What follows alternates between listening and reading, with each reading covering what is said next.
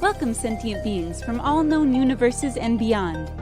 It's time to activate your cranial downlinks and prepare to receive a raft of discussion on a cosmic ocean of science fiction and fantasy topics, interviews with local area genre devotees, and insightful prognostication by our soothsayers of science fiction, our forecasters of fantasy, and any other beings that happen to get caught in our gravity well.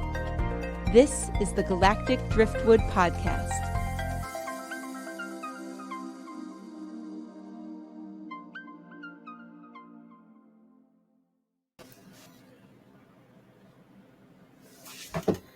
Hello. Okay, I did it again. So this time I get better.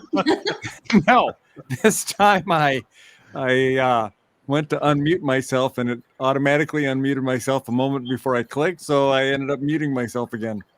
All right, hello folks. Welcome to another episode of Galactic Driftwood Podcast. I'm Bill. I'm Linda. I'm Seth. And I'm Chris. And on this episode, because we're releasing this on First Contact Day, we thought we'd go full out Star Trek. So I'm sitting here on the bridge of the USS Millennium Falcon, and I've got my trusty sonic phaser. And I'm just trying to troll everybody that that has issues when people conflict things. So we're taking a little liberty with some fun here this morning. But anyway, it is First Contact Day, and April 5th, which commemorates the moment that the Vulcans first made contact with Earth after Zephram Cochrane breached the warp barrier. So on the first warp flight. So we're going to talk a little bit about Star Trek Discovery, which ended recently, and then where we are with Star Trek Picard, which we're 4 episodes in now. So let's start off with Discovery, and I know Chris and Seth aren't fully caught up on that or fully completed the series, but I thought this was by far the best series. I mean, they've really kind of hit their stride here, I thought, this season. Really happy with what they've done with it, being in the future. And I love the fact that they've actually breached the galactic barrier and gone outside our galaxy to encounter a different species. And I think, Chris, being a big Star Trek fan that you are, you'll probably remember there was one TNG episode where they were racing around trying to beat the Cardassians and I think the Klingons and the Romulans to try to find this ancient artifact. Mm-hmm. And because it was supposed to be some ancient weapon. And when they finally figured it out and got it all together, what it did is it released a hologram that said they were a species that seeded DNA throughout the galaxy, which would sort of explained why there were so many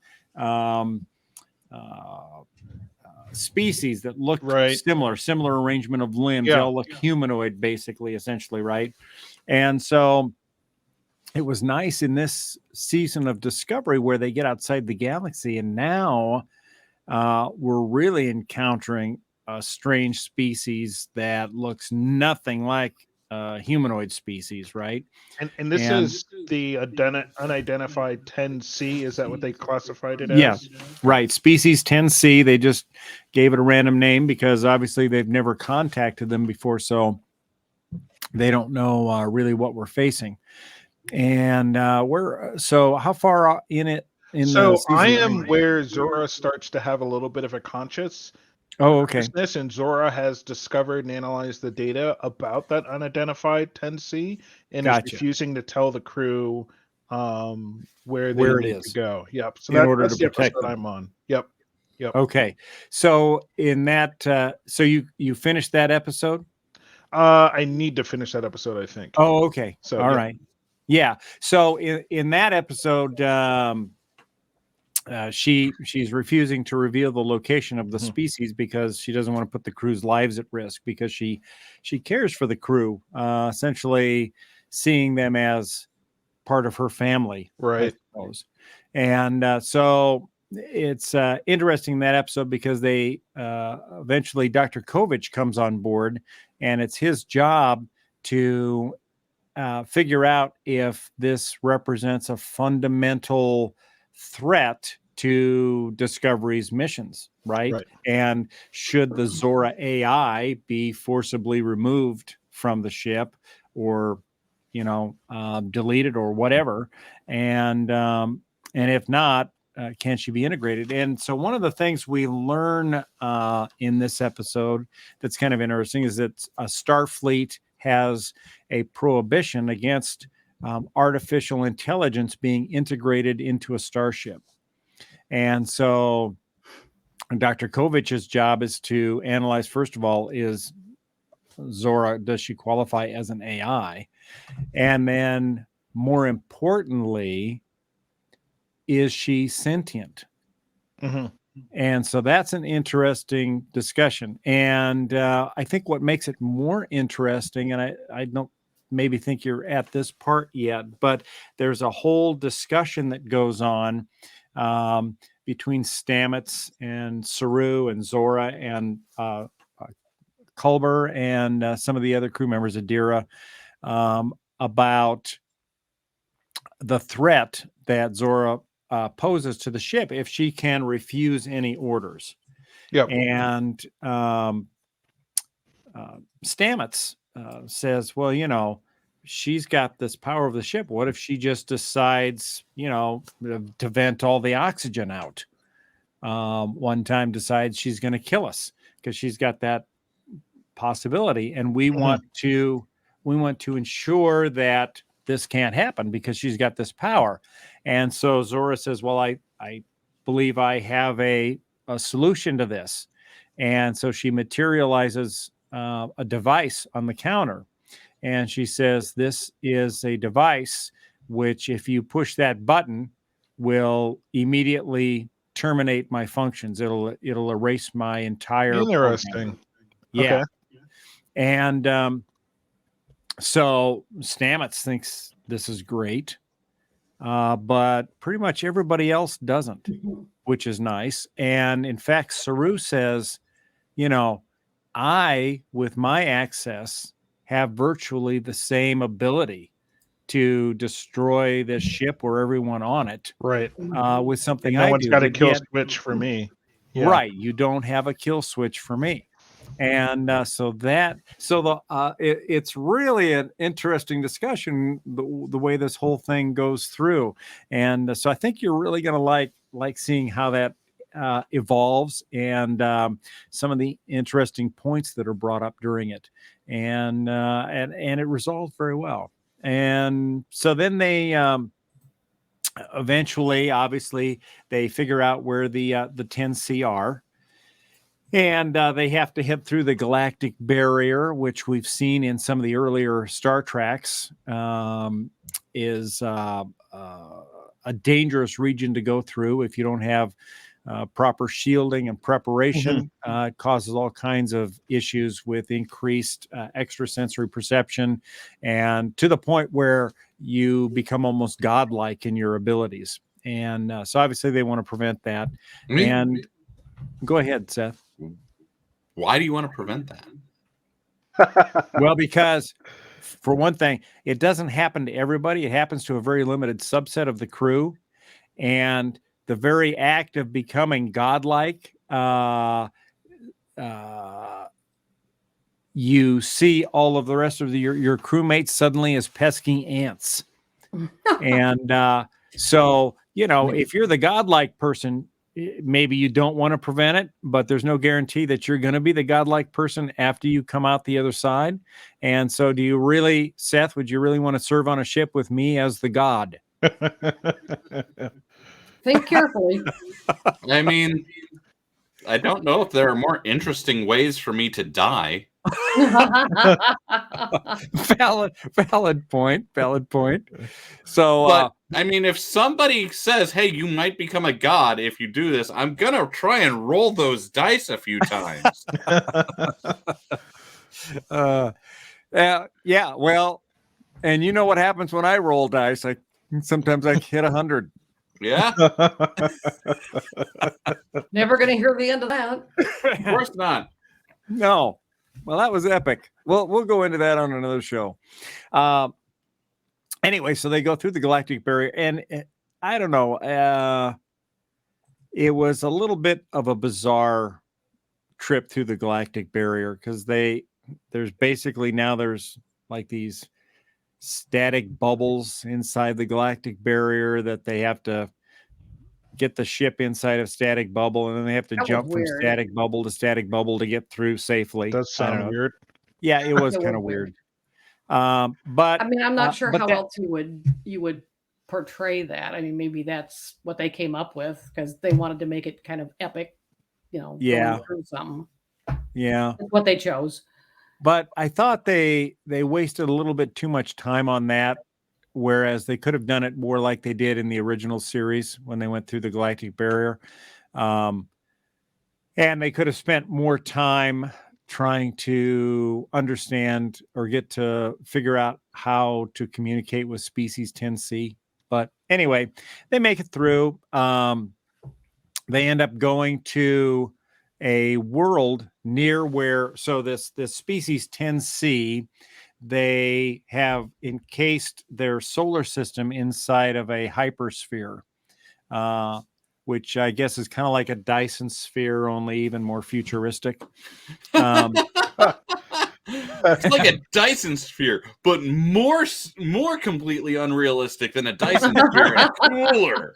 Right. It's a super Dyson sphere, better than your Dyson sphere. Super duper. Right. So anyway, there's a world several light years from the hypersphere that they figure out was most likely the original home of species 10C. So they figure, well, we'll go here. It appears to be a dead world at this point, but we'll go here. We'll check it out. Maybe we can find out something that might help us figure out not only how to get into the hypersphere in order to reach species 10C, but hopefully how to communicate with them once we get there.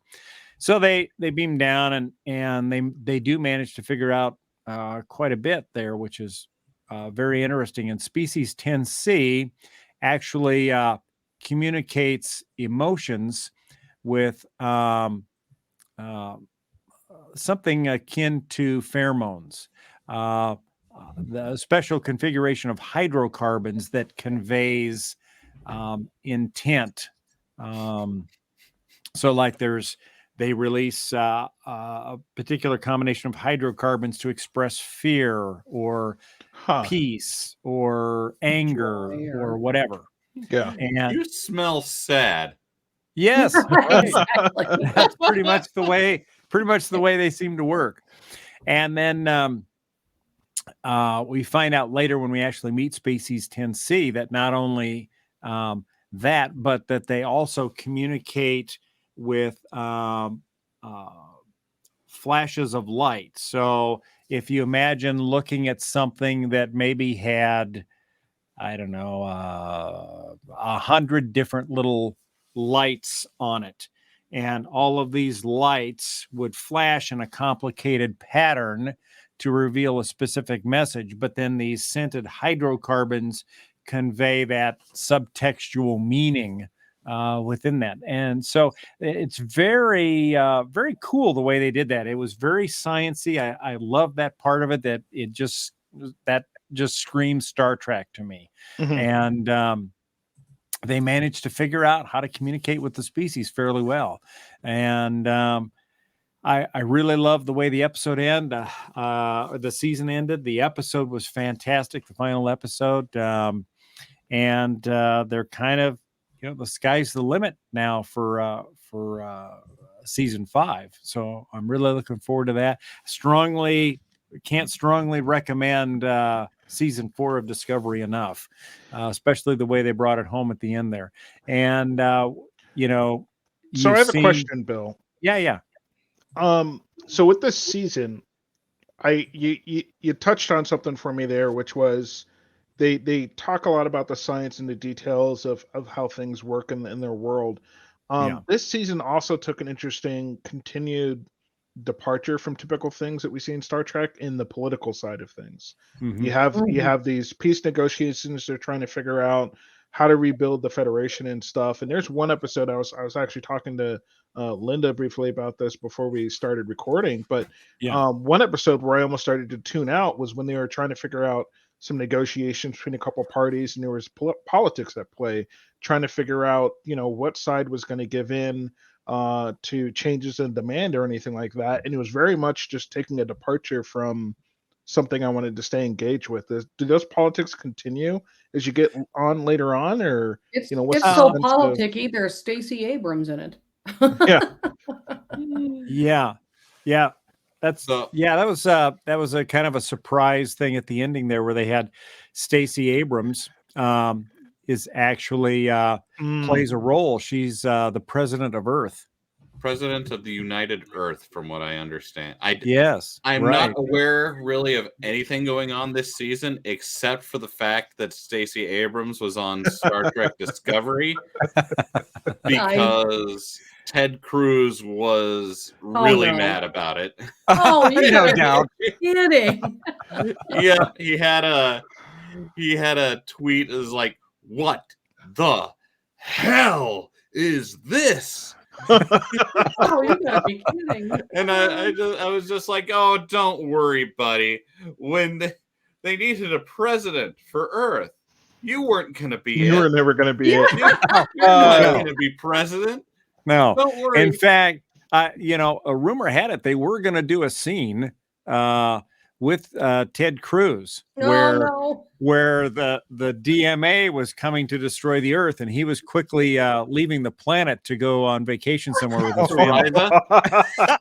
He was heading off to Riza. See, Bill, I heard another rumor that he is going to be on Star Trek because they need someone for the new Grand Negus. And Ted Cruz would make an ideal Ferengi. He would. Holy Cowardly, greedy, he's got it all. Right. Yeah. Weird looking face. Okay, pushing politics aside. So to answer your question, Chris, there's a lot less politics as it goes in. The Stacey Abrams was kind of a cute little addition there at the end as president of Earth. I thought it was a nice nod to the fact that Earth has kind of evolved to the point where a black woman can be president of the entire planet. Mm-hmm. I thought that was pretty cool. But really it gets to be more about the science and really relationships play a big key towards the end there. Rillick, who's president of the Federation, President Rillick and Burnham, they start working more closely together to try to figure this out and cooperating very well. And you see the dynamic between Book and Tarka evolve and get a lot more complicated. And Jet Reno, played by Tig Notaro, is hilarious. She actually eventually gets kidnapped and brought onto Book's ship. So that every scene she's in is just really a treat. I think she brings a lot to every episode she's in, and seeing her and Book actually act together on the ship was really nice. It was I love those sequences where those two were together. The whole sciencey part of figuring out this new species and what are they? What do they look like? How do we interact with them? How do we get into this hypersphere? And once we're in the hypersphere, how do we get out? And also the last episode there, Book has figured out that Burnham and the crew of Discovery is actually making progress in communicating with species 10C, and that they really need to give this communication a chance. But Tarka, really his only interest is in trying to get to this paradise universe that he's been trying to get to reunite with this missing friend of his. And that's all he cares about, even if it means the destruction of the entire 10C species. And so there's kind of an interesting moment where Tig Notaro's character manages to get off of Book's ship and gets back, and she meets up with Burnham and on the bridge and tells Burnham that Book says he loves you and do what you have to do, because Book can't stop Tarka. He's not able to stop him, and he knows that Burnham has the ability to do so, and that he basically gives her permission to end him if necessary in order to stop Tarka doing what he's doing. So it's pretty good way they ended it. Tilly returns for a bit at the end, and she plays a huge role with Admiral Vance trying to evacuate as many people as possible from Earth before the debris from the DMA hits. So it was a good episode. Kind of brought everybody back together, and there's a whole lot of action going on and a lot of suspense. What's Sweet. that? Oh, DMA. Yeah, you guys are just tossing out all of this, and I have no idea. I don't know why they're. It's so important they get into a hypersphere, whatever that is. Okay, yeah. So briefly, there's debris now coming at Earth, and I'm just what the hell's going on? Yeah, so you kind of have to be watching a little bit of Discovery, but I'll give folks sort of the Cliff Notes version, essentially. So there's this species 10C that lives in this hypersphere outside of our galaxy. And this hypersphere, because it's so huge, requires a massive amount of energy to run. And so the species 10C has created this thing, which the Federation has termed a dark matter anomaly, or DMA. And it's essentially a mining device that the species 10C sends into a galaxy, into what they see as a remote region of a galaxy, to mine this special boronite substance that they use to power all of their technology. And species 10C is unaware that humans and Vulcans and humanoid species, because we communicate basically verbally, they're unaware that we are actually sentient species, and that this giant mining ship, this DMA, which is 5 light years across, is destroying our worlds and killing us all.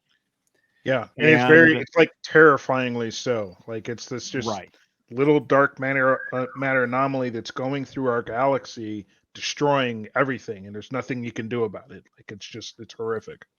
Yeah, it just shows up, and before you know it, your planet is just shredded and nothing but rubble. And we see that actually happen to Book's home planet of Quajan, just completely destroyed. So his home world now is gone forever. Okay.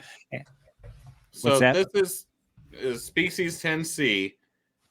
They went around in the distant past just tossing their DNA at planets so that no that's not them. No, that was referencing a TNG episode that merely, it was a totally different race that did that. And it was only meant to explain the preponderance of humanoid life forms within our galaxy, sort of a Star Trek in-world explanation of why they didn't have the technology to make more sophisticated aliens in the original series, right? Why everybody looked, Klingons, Romulans, everybody looks like humans, only with different makeup. Right. So that was an in-world explanation for that. And so I brought that up merely to say that now we're getting outside of the galaxy where we can actually see different types of, and 10C is our first experience with that. Right.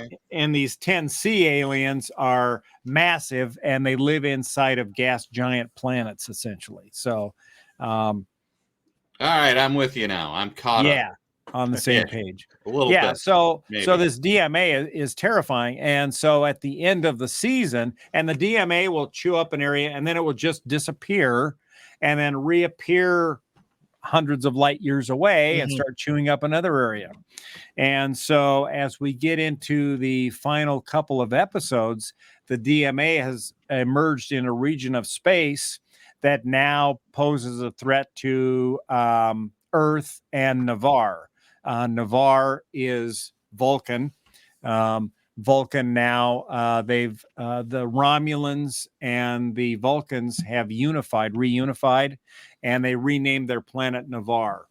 And so essentially Vulcan and Earth now are being threatened by this DMA, which is heading their way. And so Book and Tarka, they both want to destroy the DMA and the thing that created the DMA at all costs, because of course Book doesn't want anyone else to have to endure what he endured with the loss of his entire planet and civilization. And Tarka is just a mad scientist who wants to get to another universe and needs that energy source that's powering the DMA in order to be able to transport him to a parallel universe. Plays really good mad scientist. He does. Like, what's the fun if something doesn't blow up? Come on. Right. Who hasn't been there? Who hasn't been there? I'm there on a daily basis. I'd blow up so much stuff it would get me out of this timeline and into a pleasure dimension. Right.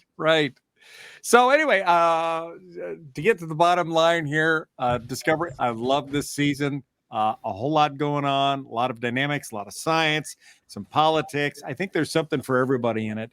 And the ending was really, really touching. And I can't wait to see where they go in season 5. Interestingly enough, there was no sort of a cliffhanger at the end. It just all ended happily. Everybody, in a lounge, having cocktails. Party.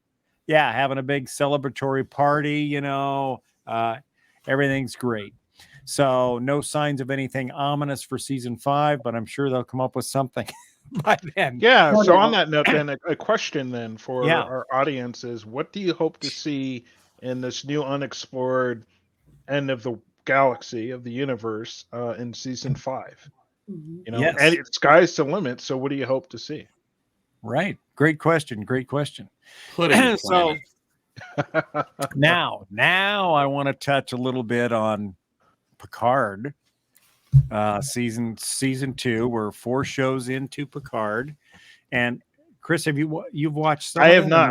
I did not get to the latest one yet. So so bad. I was hoping to get up this morning and do it, but I got up too late.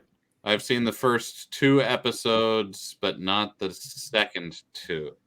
Okay. Third all right. and 4th episode. I'm okay with the spoilers though, because I'm literally gonna go down and watch it right after we're done here. Okay. All right. So it's a really an interesting season so far. So we've got I don't know, at this point, what would be a season of Picard without the Borg being involved, right?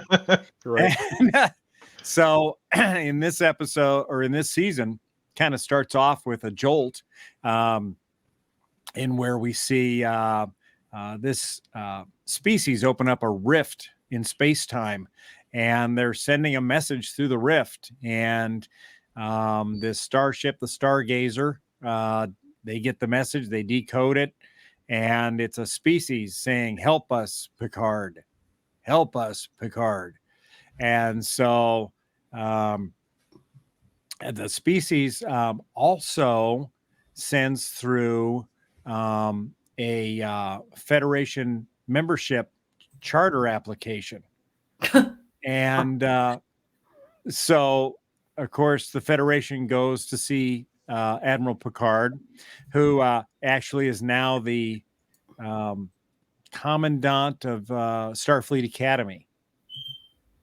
He's in that role, and so they go see him and they say, you know what, this species only wants to talk to you, and we need you to go find out what they want. So he takes a shuttle, ends up on the Stargazer, and says, okay, well, let's open up a channel. And he says, this is Admiral Picard. How can I be of assistance?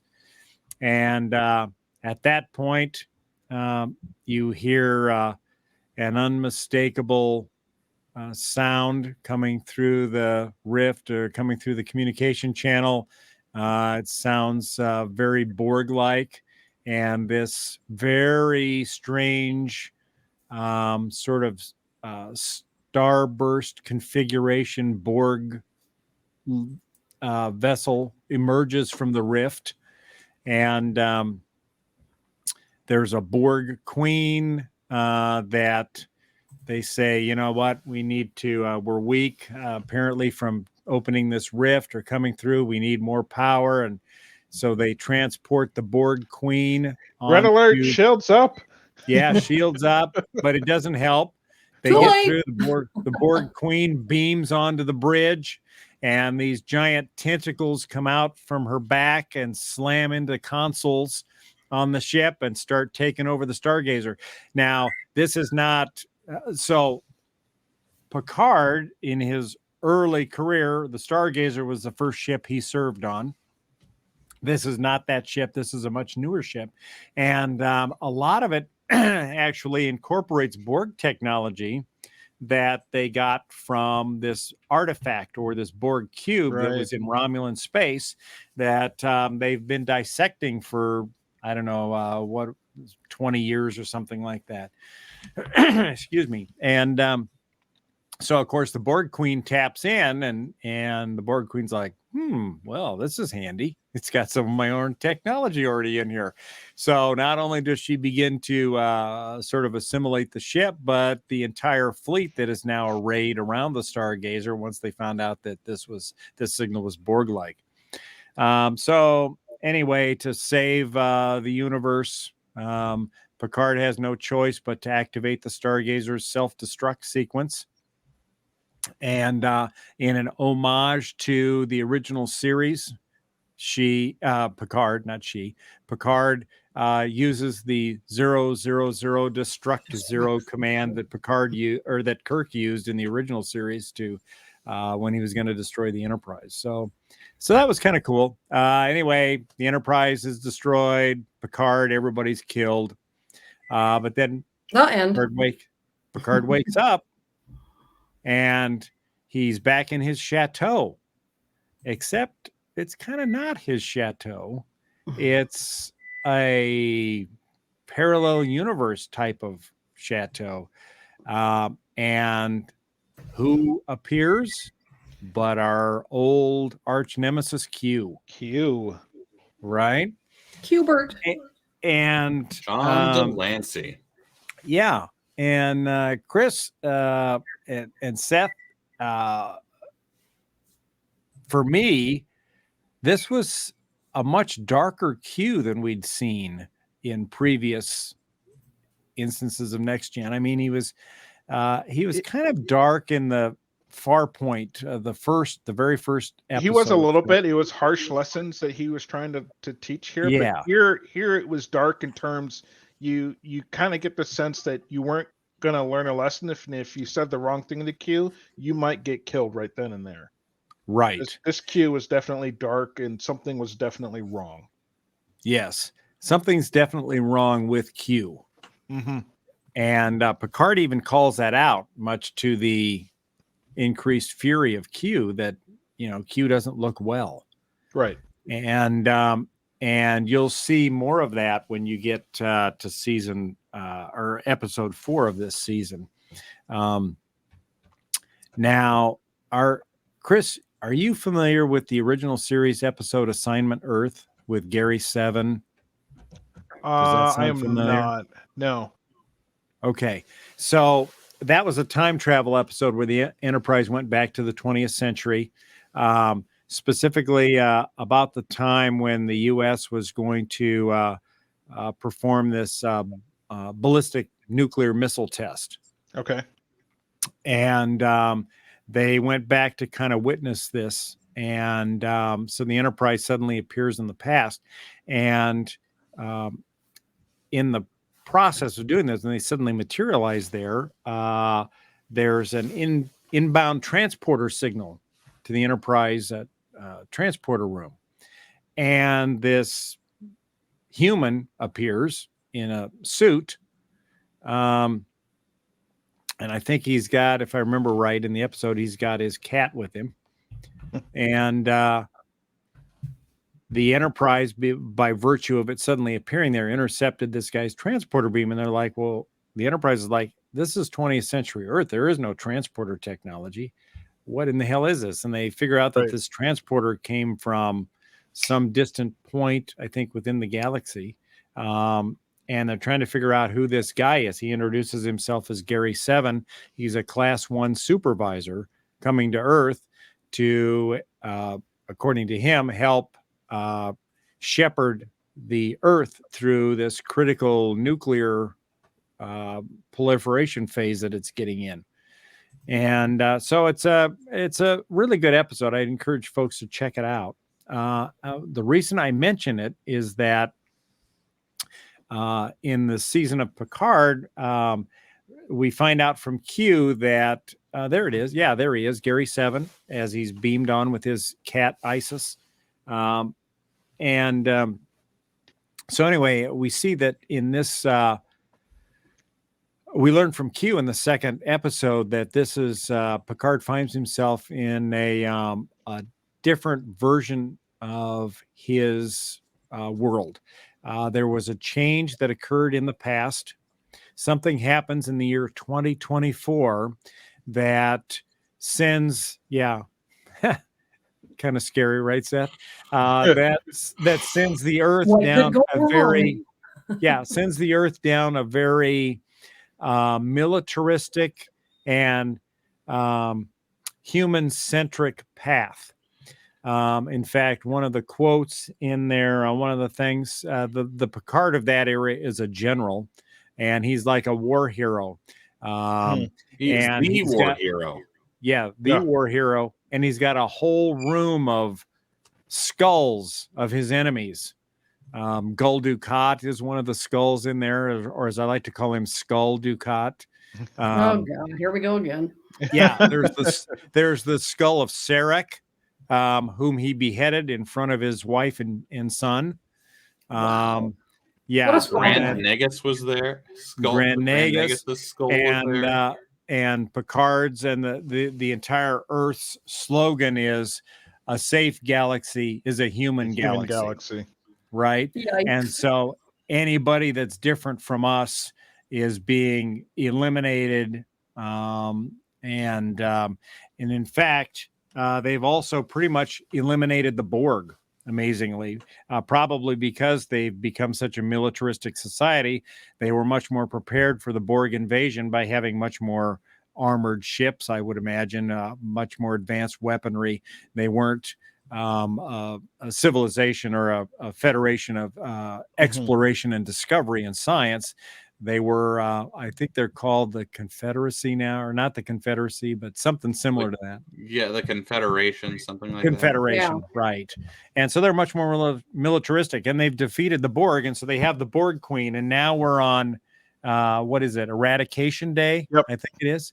Yep. And so one of the things to celebrate, honor Eradication Day, which it couldn't be more opposite than First Contact Day, which we're all here to celebrate, is General Picard is going to behead the Borg Queen on stage in front of the entire planet, witnessing it via holoscreen or something.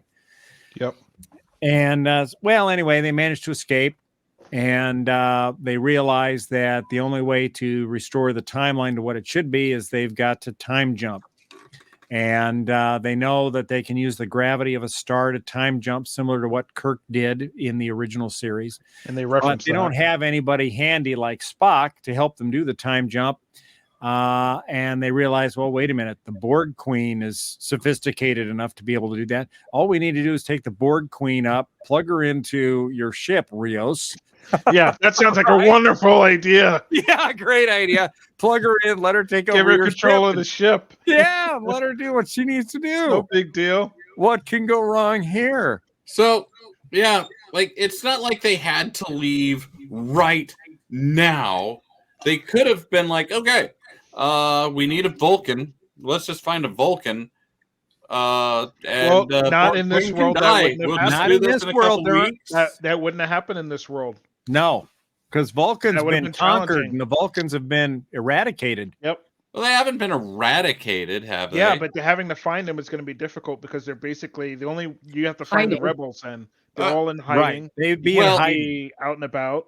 Oh, okay, but they have the entire and who's going to show up? Who's going to show up with Picard looking for them, or the president of this time? Who's going to believe them? You've got General Picard coming to look for you. Yeah, but they've got the whole government versus instead of, hey, let's wait and figure out a good plan. They're like, no, we've got to do this now and hook a Borg Queen to our ship.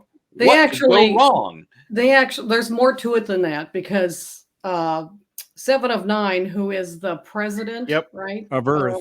Of Earth. Yeah. Her husband is suspicious, and he's with the. Yeah, they can only fake it for so long. Right. This all goes down in a matter of like a day or two. Because Picard on this day that they're on, he has to behead or kill the Borg Queen on stage in front of the entire world, essentially. And other people too, so I guess that does make sense. Right. So it's not like they can hang around because they're all in jeopardy of being discovered. So anyway, that's kind of what they do. They plug the Borg Queen into Rios' ship, and she does the calculations and does the time jump and gets them back to the year 2024. And we do lose a team member along the way. They do lose a team member. What's his face? Elnor.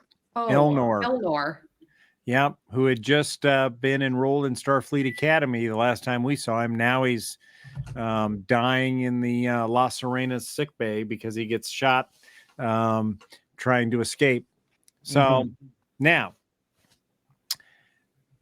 let me bring the tie-in here back to Assignment Earth, to the new season of Picard. So Picard figures out that he needs to get to San Francisco area, or Los Angeles, and look for this person called a Watcher.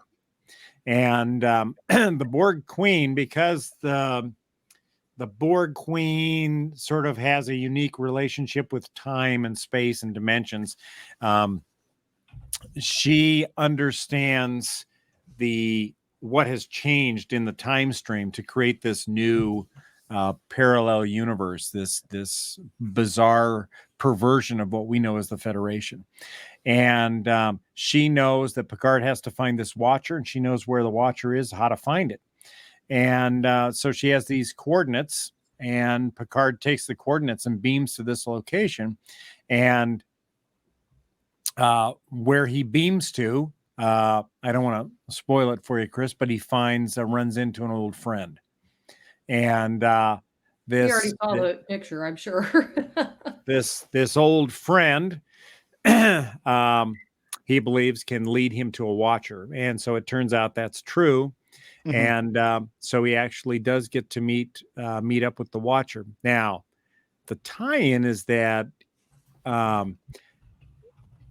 this friend that he meets tells him that, the Watchers, they're actually normally they call themselves supervisors. We call them Watchers because they're assigned to watch and shepherd the lives of individuals that are important to the future through their particular path in this world, right? They're called a supervisor, similar to Gary Seven, who said he was a Class 1 supervisor. But that's not the only link there. So when he eventually meets up with this supervisor, which is kind of a whole other interesting surprise development as to who this supervisor / watcher is. But the supervisor takes Picard and says, take my hand. And so Picard takes her hand, and suddenly they beam out, but they don't beam out like we beam out. They beam out like we saw Gary 7 beam in and out in sort of a beam out cloud rather than sort of like a stream of particles. It's kind of like a grayish kind of a cloud thing, which is exactly the way Gary 7 kind of beamed in and around when he was on Earth. So I think there's going to be a tie-in with whatever race Gary 7 came from as to what race is currently the Watchers on Earth. So let me know when you watch the episode. Look for some tie-ins there and see if you agree. You might want to, if you're not familiar with Assignment Earth episode, you might want to watch that episode before you watch episode 4 of Picard. So I'd be interested, folks that are listening here, if you've seen Assignment Earth and episode 4 of Picard, if you have a similar take on the whole thing, or if you see it differently. So that'd be a good audience comment, I think. Question: what do you think? Is there a tie-in here with Assignment Earth and Gary 7? So, and at the end of that episode, he meets someone. Yes, that's the supervisor, right? Right, who's all dressed in black. So, yep. And right, and someone he knows. There's the supervisor. So I don't want to. You probably recognize the supervisor, don't you, Chris? Maybe not. All right. It'll hit me when I go back to watch it. Yeah, it'll hit you when you watch it. You'll get it. But she's dressed all in black, just like the Gary 7 guy. Gotcha. Yeah.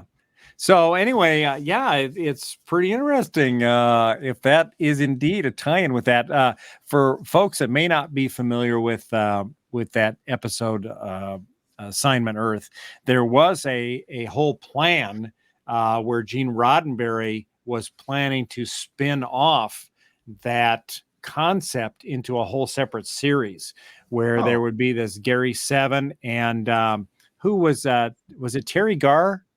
Yes. Yeah, Terry Garr that was in that. She was Gary 7's administrative assistant. And the whole plan was to spin off a whole new series where Gary 7 and Terry Garr and whatever, they were part of this alien group that was on Earth to kind of shepherd Earth through this difficult period in its history. And unfortunately, that series never got picked up by CBS, but would have been an interesting series. And who knows, maybe depending upon how this episode of Picard goes, maybe that could spin off into a whole new another series for Star Trek too. You never know. Yeah. So anyway, where are we at here on time? Yeah, we're well over, I think. So we should overtime on an episode. Who would have imagined? So, well, I hope all of you are enjoying First Contact Day. Best way to celebrate for me is to get on and watch some Star Trek. So if you're not caught up on some of this stuff, this is a good time to do it. Spend some time and watch some of these episodes and definitely check out the original series Assignment Earth episode. It's a classic. Any final thoughts from anyone else? No, looking forward to jumping back into Picard. So, okay. Yeah. Sounds good. All right, folks. Well, thanks for tuning in for this episode. Have a nice week. We will catch you next time where we'll have some fantastic and mentally stimulating discussion on some of the new stuff coming out. Of course, we'll probably have some updates on Halo too, right? Like, subscribe. Seth, you look confused. Yeah, I was going to say, don't overpromise, Bill. Mentally stimulating might be overpromising a little bit. That should be our motto: overpromise, underdeliver. Well, that's what we already have as our motto. All right. Well, all right. Well, thanks, folks. And we will catch you next time. And until then, take care. Bye-bye.